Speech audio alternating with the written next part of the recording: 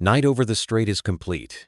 Not merely dark, but emptied of reference. No moonlight on the water. No silhouettes against the horizon.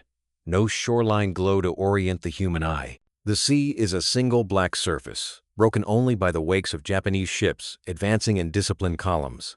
On the bridges, officers lean forward instinctively, binoculars raised out of habit more than expectation. They search for shapes that should be there. Nothing answers them. Lookouts repeat the same report from bow to stern. No flashes, no smoke, no shadows where masts should interrupt the sky. The darkness feels familiar, almost reassuring. For decades, night had been a shield compressing distance, masking intention, rewarding crews trained to fight by instinct and eyesight alone. In this void, concealment feels complete. The enemy, if present at all, must be close enough to be seen. The first shells arrive without warning. Columns of water erupt between ships, white and violent against the Black Sea, collapsing back into silence just as quickly. Seconds later, another impact closer. Then another. Deck plates shudder. Men pause, waiting for the distant muzzle flash that should have announced the strike. None appears. There is no visible horizon fire, no thunder of guns to assign direction or distance. Reports flood the bridges. Bearings are estimated, then recalculated. Range figures arrive with disturbing consistency. This is not harassment fire, not chance. The salvos are correcting themselves with methodical precision, tightening their pattern as if guided by an unseen hand. Officers exchange looks that say what doctrine will not allow them to speak aloud. Slowly, the realization settles in. They are under accurate fire from ships they cannot see, ships firing from beyond the limits of vision itself. In that moment, naval warfare crosses a boundary no chart has marked, and the darkness, once trusted, becomes something else entirely. On the bridges of the Japanese task force, senior officers demand what naval combat has always required before response visual confirmation. Orders move sharply through the chain of command. Identify the enemy. Mark bearing. Confirm distance. The requests are precise, procedural, and increasingly urgent. Each one returns with the same answer. There is nothing to see. Lookouts sweep the horizon again and again, eyes straining against the darkness until it becomes physical, almost oppressive. Binoculars find only black water merging into black sky. No muzzle flashes puncture the night. No silhouettes betray mass or movement. The enemy remains absent from the senses, present only through violence. The shells keep coming. Impacts arrive with a rhythm that feels deliberate, not frantic intervals measured, corrections incremental. Water columns rise and fall. Steel fragments rake decks. Near misses walk closer to hulls with unsettling patience. This is not the chaos of a lucky opening salvo. It is sustained fire, guided and refined in real time. The sea offers no explanation. There are no visible tracers, no splashes to reverse engineer range, no auditory cues to triangulate direction. The darkness absorbs everything.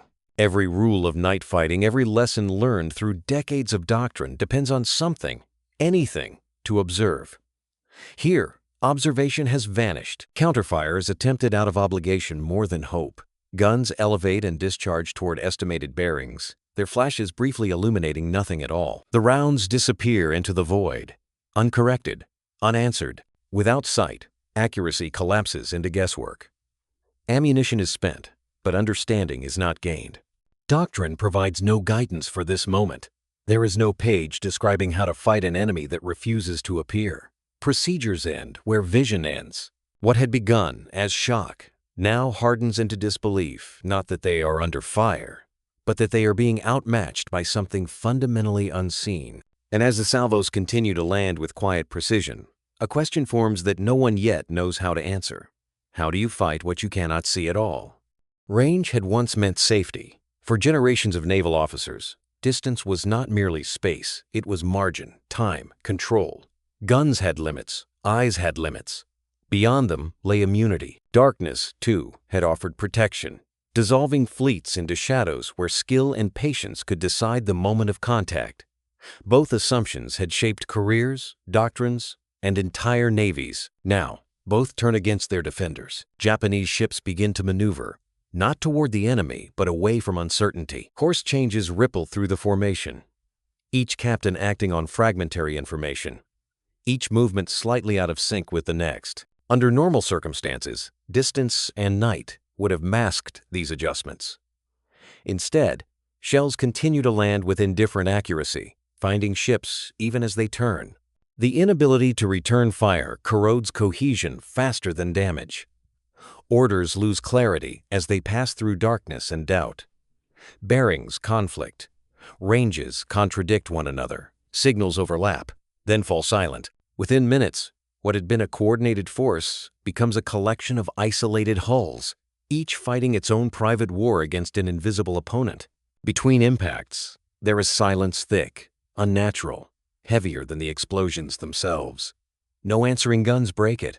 No visual contact relieves it. The pauses stretch just long enough for crews to hope the fire has stopped, only for the next salvo to erase that illusion. The rhythm feels deliberate, almost patient, as if the unseen enemy is in no hurry at all. In that silence, a realization begins to take shape. Unspoken, unwelcome. Distance is no longer protection. Darkness is no longer concealment. The principles that once defined naval mastery have been quietly invalidated, without warning or announcement. The cold open closes not with a dramatic exchange of fire, but with something more unsettling. The understanding that the rules have changed and no admiral present was ever trained for the war that has just begun. For centuries, naval combat had obeyed a simple and unforgiving rule. To destroy the enemy, you first had to see him. From the age of sail to the era of steel, vision governed violence. Spotting masts on the horizon, judging distance by eye, and correcting the fall of shot through observation were not auxiliary skills, they were the essence of command. War at sea was a contest of perception as much as firepower. Mastery lay in interpretation. An experienced officer could read the sea the way others read maps, smoke, density, splash height, the subtle delay between flash and sound. Gunnery was a dialogue between eye and hand, refined shot by shot. Even as ranges increased and weapons grew more complex, the process remained fundamentally human. Machines extended reach, but judgment still belonged to the officer staring through optics. Within this tradition, the Imperial Japanese Navy saw night fighting not as a limitation, but as an advantage. Darkness compressed the battlefield, neutralized numerical superiority, and rewarded discipline and courage. It was believed that well-trained crews could outsee, outmaneuver, and outfight any opponent once the sun disappeared. Night was not feared, it was cultivated. Optical skill became a form of identity. Lookouts were drilled relentlessly. Rangefinders were mastered through repetition. Crews learned to trust their eyes under strain, fatigue, and fear. This emphasis was not accidental. It reflected a deeper belief that war could not be reduced to instruments alone. Human perception, sharpened by tradition and honor, was considered irreplaceable. Technology had its place, but it was carefully bounded. Instruments were aids, not arbiters. Machines could inform decisions, but they were never meant to make them. Over-reliance was seen as weakness, even moral decay. True command, it was believed, required direct engagement with the world as it appeared, not as it was rendered on a screen. Confidence grew naturally from this worldview. Doctrine hardened around experience. Successes reinforced assumptions. Each exercise confirmed that skill, training, and vision would prevail when tested. There was little reason to doubt a system that had worked so consistently for so long. What this belief concealed, however, was its fragility. Because it had never been seriously challenged, it had never been questioned. And as the war expanded beyond the limits of sight itself, the foundations of naval combat so carefully built on tradition were already beginning to crack, unnoticed, beneath the surface. Within the Imperial Japanese Navy, war was not conceived as a series of gradual adjustments, but as a single, defining moment. Admirals planned not merely for victory, but for culmination, a decisive battle that would resolve the conflict in one overwhelming stroke. This belief shaped strategy, logistics, and expectation. Everything before that moment was preparation. Everything after it would be consequence. Battleships, therefore, were not tools to be spent casually. They were preserved, husbanded, and protected for the final encounter that doctrine promised would come. Their role was not attrition, but judgment. When they fired in earnest, it would be in full view of the enemy, their presence unmistakable, their power undeniable. Until then, Restraint was not caution, it was faith. Torpedoes became the chosen instrument of night. Japanese engineers refined them with extraordinary care, extending range, increasing speed, and perfecting reliability. In training scenarios, these weapons were imagined sweeping through darkness, shattering enemy formations before gunfire could even be exchanged. Night annihilation was not a metaphor. It was an expectation. Victory, as envisioned, was immediate and visible. The enemy would appear, distance would collapse, and chaos would reign at close range. Searchlights, flares, and muzzle flashes would tear open the darkness. In that confusion, superior training and discipline would assert themselves.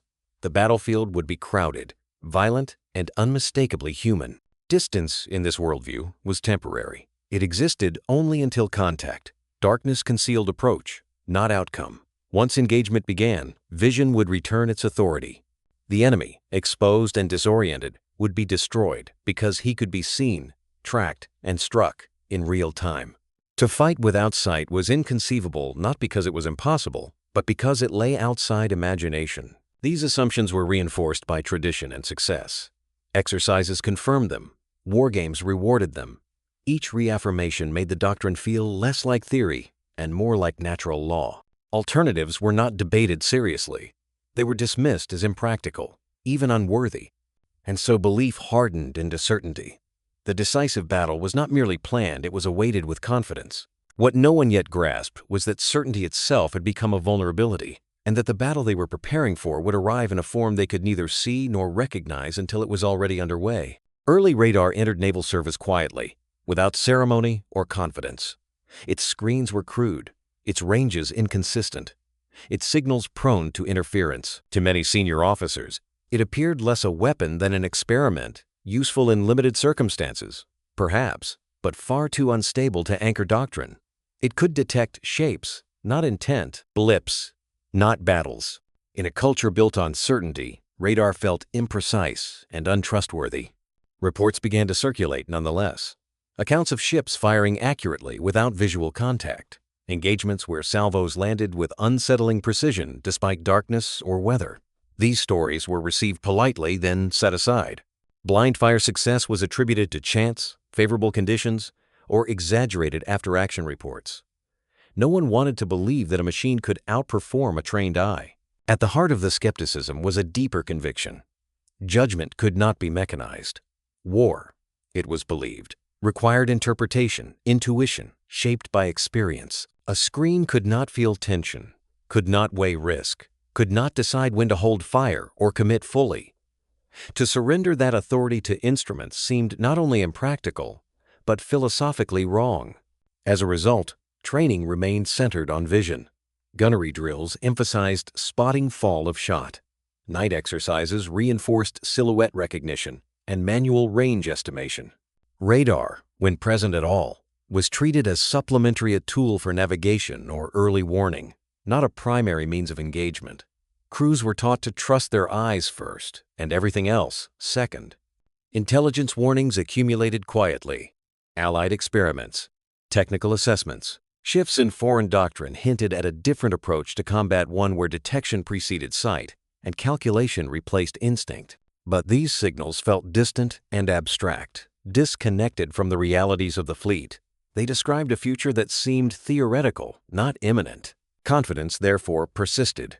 Not reckless confidence, but inherited confidence, the kind that feels justified simply because it has never been disproven. Success in earlier engagements reinforced the belief that nothing fundamental had changed. The old rules still worked. The old methods still held. What no one noticed was how quickly the balance was shifting. While attention remained fixed on what could be seen, the future was advancing along wavelengths no human eye could follow.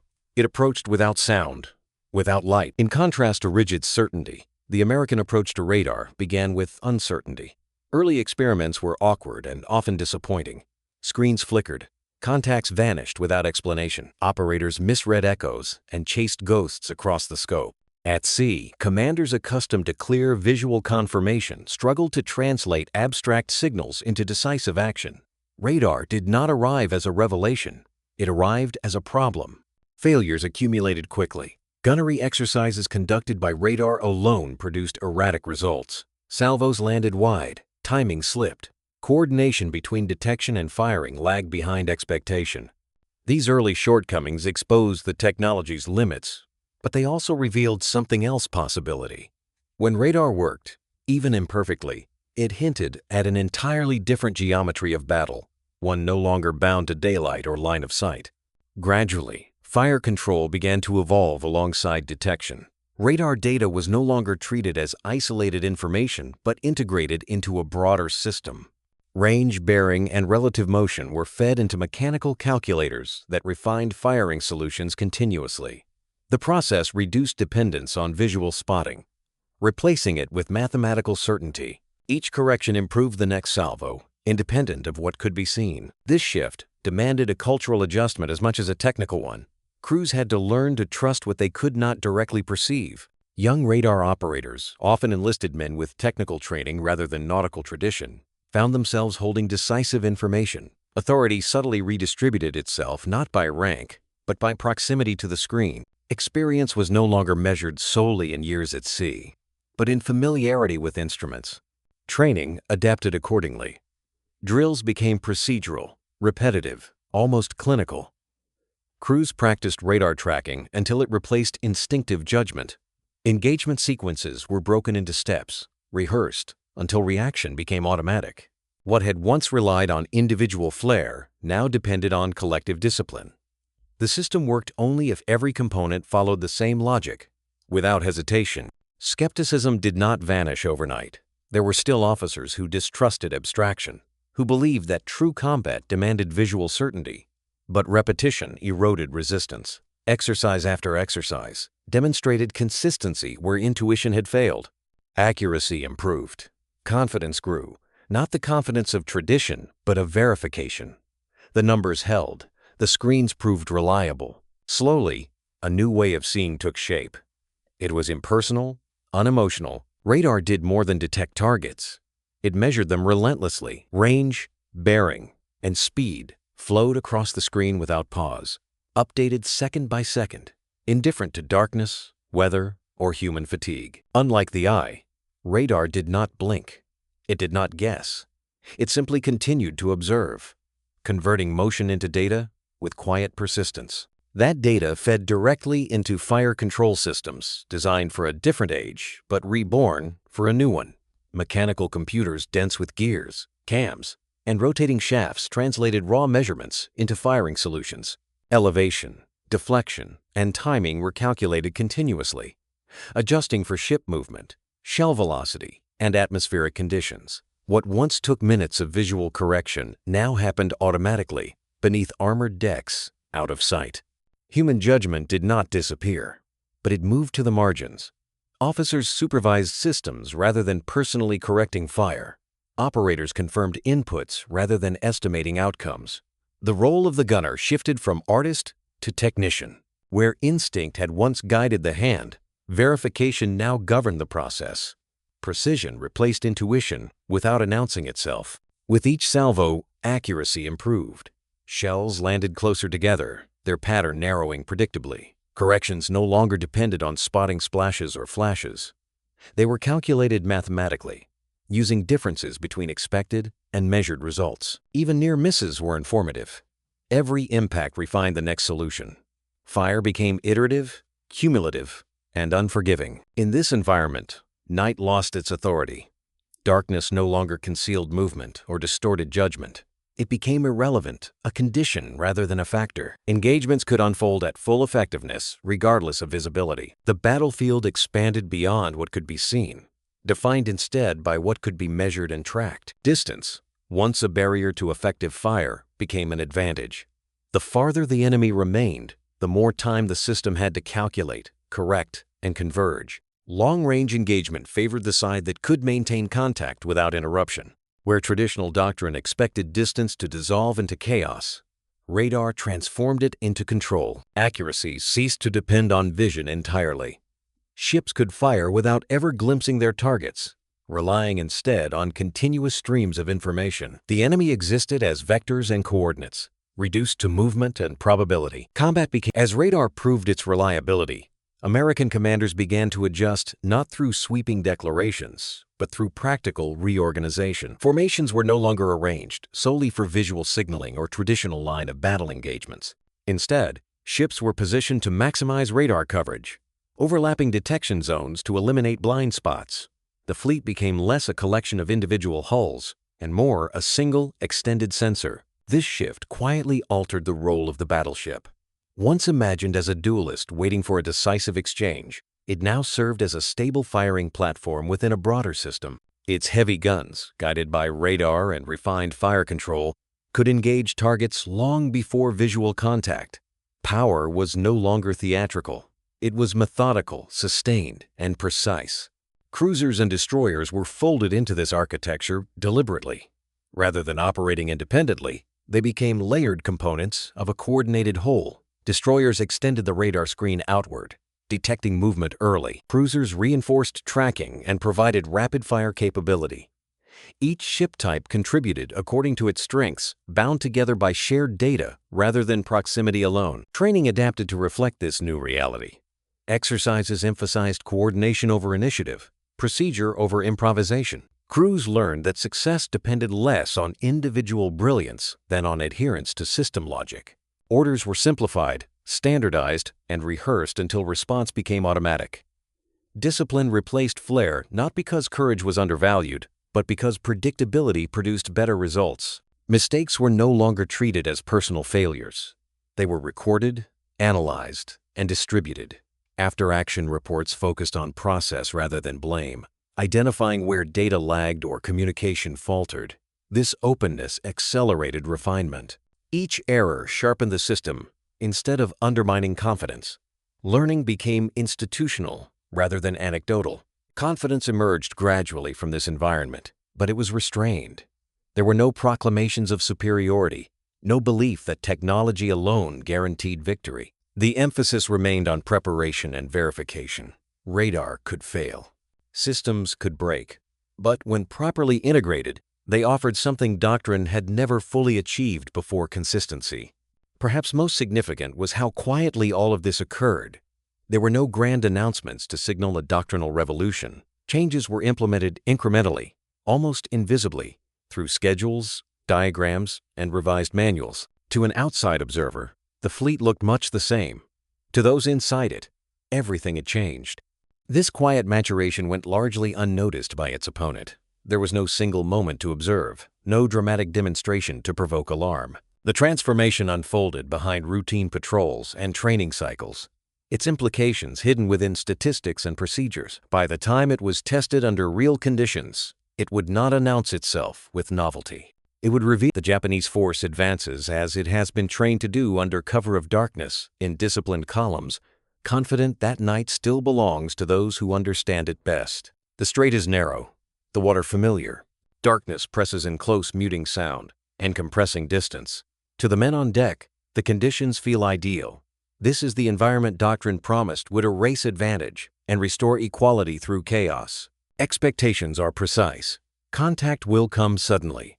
Distance will collapse. Searchlights and muzzle flashes will tear open the night, and the engagement will be decided at close range by speed, nerve, and training. Confusion is not feared. It is anticipated. In that confusion, skill is meant to assert itself. The enemy, once seen, will be destroyed, unseen by the advancing ships. That assumption has already failed. Hours before the first gun fires, American radar screens are alive with movement. Contacts appear at long range, their bearings plotted, their speed calculated. Operators track the formation steadily as it enters the strait, its composition and spacing resolved with increasing clarity. There is no urgency in the reports, only confirmation. The enemy is coming. Exactly as expected, commanders receive this information calmly. Fire plans are drafted well before contact, zones assigned, sequences rehearsed. Gunnery officers calculate engagement ranges that do not depend on sight. Bearings are cross-checked, timelines are synchronized. By the time the Japanese force believes itself unobserved, every significant movement has already been translated into numbers. When the first salvo is ordered, it feels almost anticlimactic. There is no dramatic exchange of fire, no sudden revelation of opposing fleets. American guns elevate and discharge into darkness that offers no visual return. Seconds pass. Then shells strike with immediate effect, erupting among the leading ships with precision that allows no misunderstanding. Shock spreads quickly through the Japanese formation. Impacts arrive before any visual contact has been made. There is no warning flash on the horizon, no indication of where the fire originates. The assumption of concealment dissolves instantly. What was meant to be an approach becomes an engagement without prelude. Signals multiply as commanders attempt to orient themselves. Bearings are demanded. Ranges are guessed. But the salvos continue to land, walking methodically through the formation. Ships begin to maneuver, not toward an enemy they can see, but away from a pattern they cannot escape. Confusion arrives, but not the kind doctrine prepared them for. What defines this moment is its silence. There is no visible confrontation, no dramatic collision of forces. The turning point does not announce itself with spectacle. It begins quietly, through measured fire and unseen calculation, as one side executes a plan completed hours earlier. In the darkness of the strait, naval warfare passes its point of no return. The battle is no longer being shaped by reaction, but by preparation. And before most of the Japanese force fully understands what has happened, the outcome has already begun to take form, guided by a system they never expected to face. Japanese gunners respond as they have been trained to respond. Doctrine asserts itself automatically, even as uncertainty spreads. Orders call for visual acquisition, for spotting splashes, for identifying muzzle flashes that should define the enemy's position. Crews move to their stations with practiced speed, confident that once contact is established, the balance will shift back toward familiarity. But contact never comes. Visual spotting fails completely. The night remains unbroken by revealing light. There are no silhouettes to range against, no horizon flashes to confirm bearing. Spotters report nothing with increasing urgency, their eyes straining against darkness that offers no information at all. The techniques honed through years of training have no surface on which to operate. Skill searches for something to grasp and finds only absence. Torpedo units prepare instinctively, moving to execute the tactic meant to decide the battle. These weapons, perfected for night annihilation, require approach, timing, and coordination. But before runs can be completed, before distance can be closed, fire begins to fall where assembly should occur. Salvos disrupt formations before torpedoes are launched. Paths collapse under impact. What was meant to be a sudden strike is broken apart before it can form. Command signals multiply as pressure builds. Flags are raised, then lowered. Radio traffic spikes, then fragments. Bearings conflict.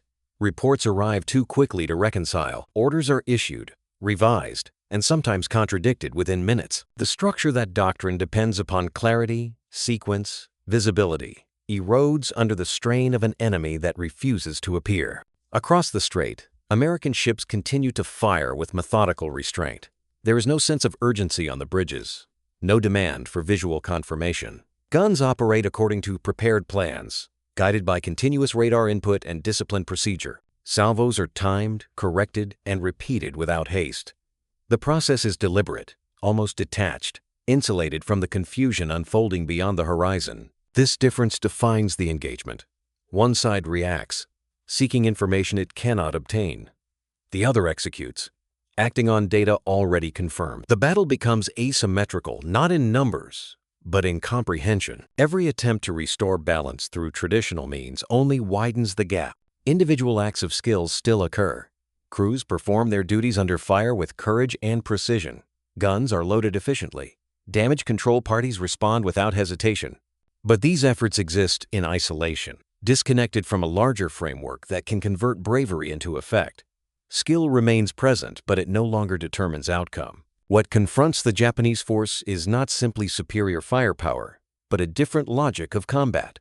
Systemized vision does not tire. It does not panic. It does not wait for confirmation through the senses. It processes, calculates, and acts, regardless of whether the enemy understands. The battleships fire without ever being seen. Their guns speak into darkness that offers no reply, launching shells across distances that once would have demanded visual contact.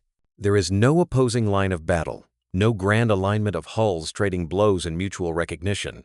The engagement unfolds without symmetry, stripped of the rituals that had defined decisive naval combat for generations. What does not form is as important as what does.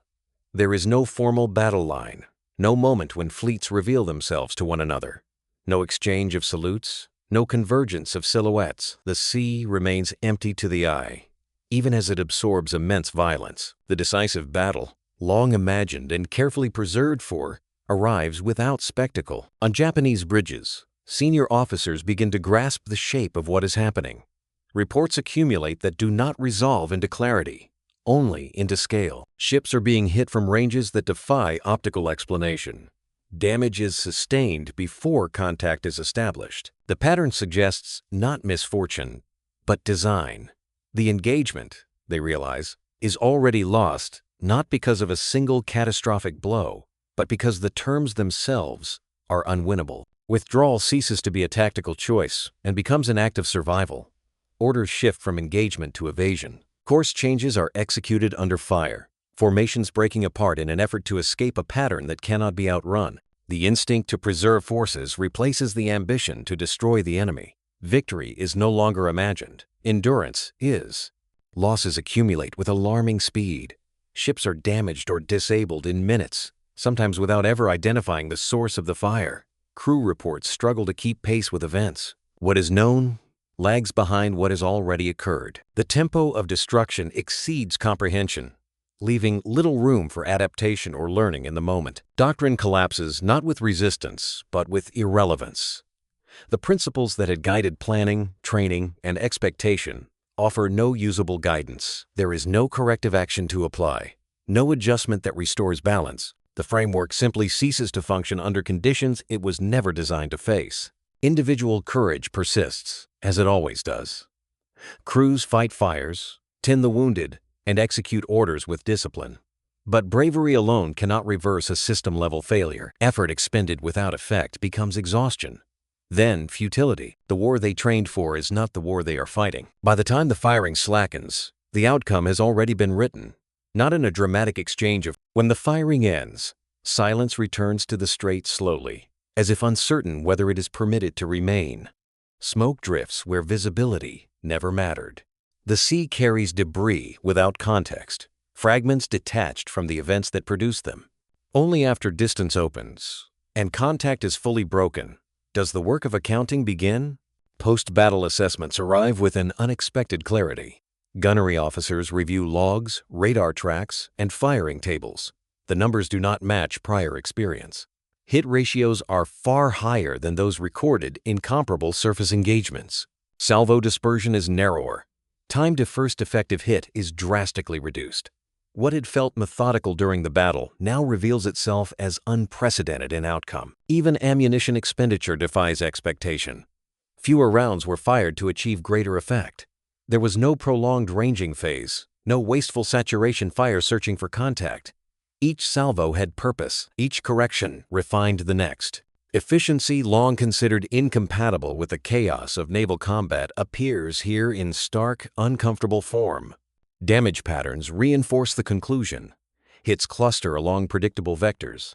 Shell impacts align with radar-derived solutions rather than visual opportunity. Ships are struck while maneuvering evasively, their course changes already accounted for before execution. The evidence leaves little room for interpretation. This was not chance. It was dominance of detection and control. On the Japanese side, losses are disproportionate to effort expended. Ships damaged or sunk without ever establishing visual contact. Formations disrupted before doctrine could be applied. Units intended for decisive action reduced to survival within minutes. The imbalance cannot be explained by bravery, training, or even firepower alone. Something more fundamental has intervened. Survivors struggle to articulate what they experienced. After-action reports search for familiar language and fail to find it. There was no enemy to describe, no moment of recognition to anchor memory. Accounts dwell instead on impacts without warning, on fire arriving from nowhere, on decisions rendered meaningless before they could be executed. The absence of sight becomes the defining feature of recollection. Commanders reviewing these reports face a deeper discomfort. Long-held assumptions do not survive contact with the data. Night no longer favors the bold. Distance no longer protects the cautious. The decisive battle, when it comes, may no longer resemble battle at all. The framework used to interpret war begins to fracture under the weight of evidence. What replaces it is numerical: tables, graphs, timelines, engagement summaries, focus less on narrative and more on sequence and correlation. Radar plots tell the story more clearly than eyewitness testimony. Numbers begin to replace narratives not because they are more satisfying, but because they are more accurate. This shift alters how success and failure are understood.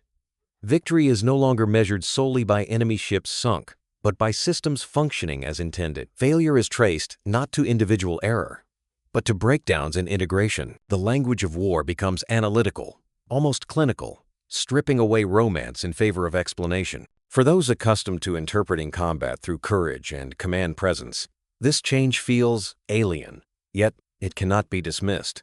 The evidence is too consistent, too repeatable. What occurred in the Strait is not an anomaly, it is a demonstration. As reports circulate beyond the immediate participants, their implications begin to spread. Other navies read the figures carefully. Training establishments take note. Engineers and planners recognize patterns that align with their own experiments. The battle's significance expands beyond its immediate geography, carried forward not by legend, but by documentation. What emerges is not merely an assessment of damage, but a recalibration of belief. The sea has not changed. Ships have not changed. But the means by which they find and destroy one another has crossed a threshold. Combat has become something that can be measured, predicted, and repeated with unsettling reliability. In this new environment, explanation matters more than heroism. Understanding becomes a weapon. And as the numbers settle into official records, one conclusion grows unavoidable. The future of naval warfare will be written not by those who see first, but by those who calculate first. The damage has been counted. The consequences, however, are only beginning to be understood. In the months that follow, the battle's influence spreads far beyond the strait where it occurred.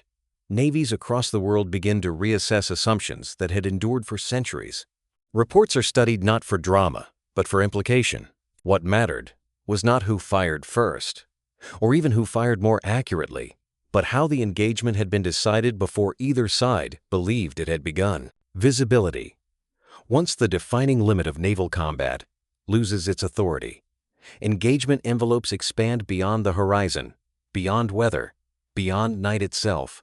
The question of where an enemy can be seen gives way to when he can be detected and how long he can be tracked. Combat no longer waits for revelation. It proceeds on calculation. Machines move from the margins to the center of command. Radar, fire control, and plotting systems no longer serve as aids to decision-making. They shape decisions themselves. Authority subtly shifts from the bridge wing to the operations room, from binoculars to screens. Command becomes less about personal perception and more about managing flows of information. This shift does not erase the human element, but it redefines it. Courage remains essential. Men still serve under fire, still endure uncertainty, still act when systems fail. But courage alone no longer decides outcomes. Bravery without integration achieves little. The decisive factor becomes coherence, the ability of humans and machines to function as a single, disciplined organism. Training reflects this new reality. Where instinct once dominated, procedure now prevails. Crews are drilled not to improvise, but to execute sequences reliably under pressure. Success is measured by adherence to process, as much as by initiative. The individual gives way to the system not as a loss of identity, but as an acknowledgement of complexity. As these changes take hold, war itself grows colder. The enemy becomes less a visible presence, and more a series of signals returns on a screen, vectors on a plot, probabilities in a calculation. Destruction occurs at a distance, both physical and emotional. The immediacy of confrontation fades, replaced by abstraction and anticipation. This transformation unsettles those raised on older ideals. The romance of the decisive duel, the drama of opposing fleets meeting under open skies, recedes into memory. In its place stands something quieter and more relentless. Combat becomes less about moments and more about margins. Less about valor in crisis and more about preparation over time. Reflection follows naturally. Officers trained in one era find themselves studying another. Historians revise narratives that once centered on sight and spectacle. The meaning of mastery changes. It is no longer defined by what an individual can perceive, but by what an organization can integrate and sustain. What emerges is not a loss of humanity, but a recalibration of its role. Humans design systems. Humans interpret outcomes. Humans remain accountable for decisions whose consequences are now magnified by machines. Responsibility does not disappear, it deepens. The end of visual war does not arrive with a declaration. It arrives through accumulation, through engagements decided without sight, through doctrines rewritten quietly, through training manuals, revised one procedure at a time. By the time it is fully recognized, it is already irreversible. Future battles will still be fought by people, in ships crewed by flesh and blood. But they will be decided increasingly by what those people cannot see, cannot feel, and cannot intuit. War becomes an exercise in foresight rather than reaction. In this environment, reflection replaces romance. Naval warfare never returns to what it was. There is no moment of restoration, no gradual reassertion of older forms. The change that occurred at sea is not cyclical, it is directional. Once combat escaped the limits of human sight, it did not retreat. What had been revealed could not be unlearned, and what had proven effective could not be set aside. Sight, for centuries the governing sense of command, loses its primacy forever. The horizon, once a boundary between danger and safety, becomes an arbitrary line. What matters now lies beyond it: signals, reflections, returns invisible to the naked eye but decisive in consequence. The sea no longer hides intent, it transmits it. Distance, once a shield, becomes a weapon. The ability to strike without being seen redefines initiative itself. Engagement is no longer an event triggered by contact, but a process unfolding long before recognition. Whoever controls distance controls tempo, and whoever controls tempo controls outcome. The advantage belongs to those who act first without revealing themselves. Tradition, revered and refined over generations, proves fragile when confronted with innovation. Not because it lacked wisdom, but because it was anchored to conditions that no longer exist. The rituals of battle lines formed, enemies sighted, courage displayed in mutual recognition are rendered obsolete, not by cowardice, but by calculation. Innovation does not argue with tradition, it bypasses it.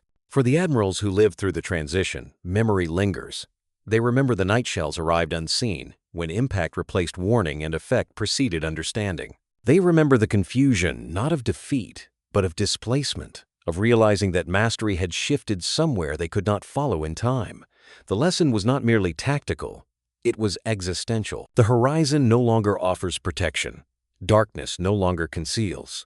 What once promised safety now only delays awareness. The sea, unchanged in appearance, has become transparent to forces that do not rely on sight. Commanders learn that confidence based on invisibility is no confidence at all. This realization reshapes how war is imagined.